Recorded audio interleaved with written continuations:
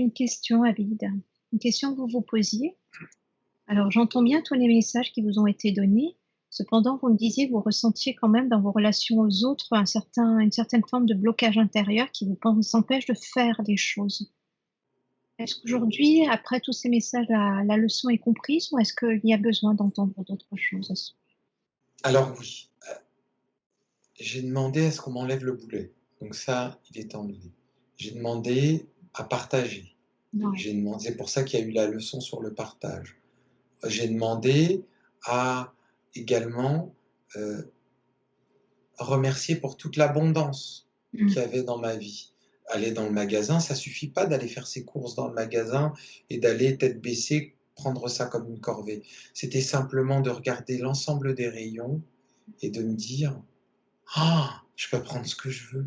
Alors oui, je passe à la caisse, c'est vrai, je vais le payer, je peux peut-être pas me le permettre. Et peut-être que si. Et peut-être quand je vais prendre l'article, et ben quand je vais arriver à la caisse, quelqu'un va m'aider à le payer. Une personne va me dire, je vais arriver à la caisse, auprès de la caissière, je vais dire: ah, j'ai pas les moyens de payer, c'est trop onéreux pour moi. Et peut-être que quelqu'un derrière va dire: bon, combien vous manque?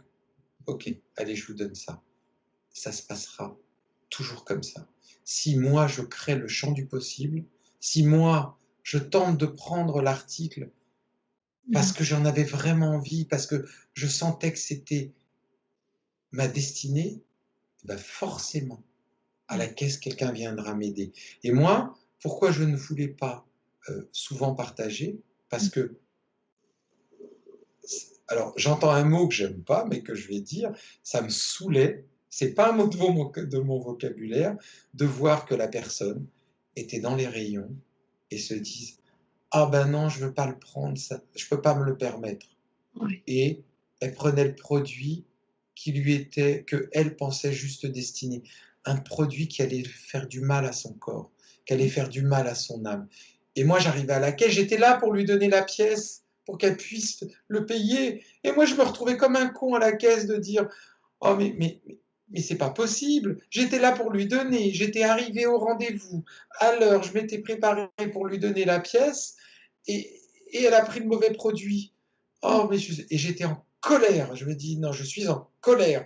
Je n'étais pas content, j'étais en colère. Et du coup, je voulais pas partager. Et du coup, je voulais pas lui donner la pièce. J'ai dit: bah tiens, bah t'as pris le mauvais produit, tant pis pour toi.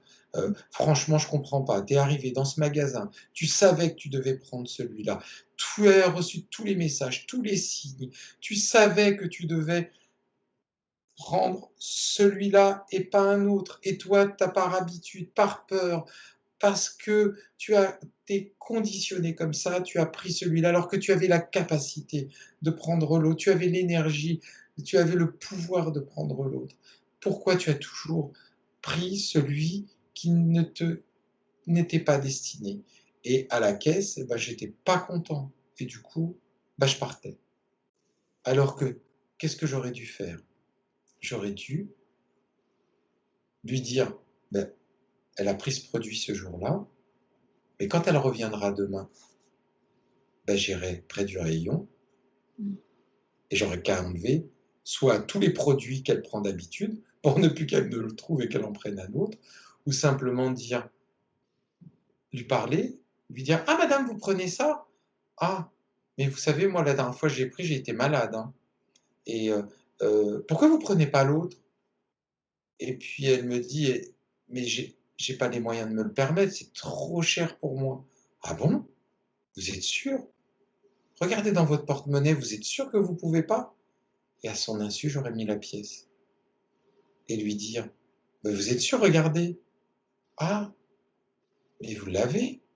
En fait, j'aurais pu trouver un autre moyen de l'aider, un Ouais. autre moyen de la conseiller. C'est pas parce que Mm. cette fois-là, elle n'avait pas trouvé le moyen de le faire que les autres fois, j'aurais c'était à moi de trouver un autre moyen. C'était à moi de me dire: elle n'a pas réussi à le faire cette fois-là, je patiente, ou je m'interroge sur le moyen de faire autrement. Moi aussi, je pouvais être la maman avec son fils, et de trouver, de m'interroger et de lui dire: bon, j'ai pas réussi cette fois-là. Comment je peux faire pour essayer de lui faire comprendre ce que j'ai à lui faire comprendre? Et ben, lui taper sur l'épaule et au moment où elle s'en rend pas compte, lui mettre la pièce dans son porte-monnaie ou lui dire: «Mettre la pièce par terre», dire et la laisser, elle, trouver la pièce par terre, dire: «Ah, tiens, il y a un billet, il y a une pièce par terre». Mmh. Il y a 100 moyens possibles pour le faire. 100. C'est à moi simplement de me poser, mais de pas faire ce que je faisais d'habitude, de dire: «Elle a pas compris, tant pis pour elle». Ouais. Donc on a toujours à apprendre. Quand ça ne fonctionne pas, il faut se poser et se dire: «OK, qu'est-ce qui, dans cette vie-là, fait que je ne comprends pas? Pourquoi la leçon revient toujours? Pourquoi, cette personne-là, je n'arrive pas à lui faire comprendre qu'elle doit prendre la pièce?» Ouais.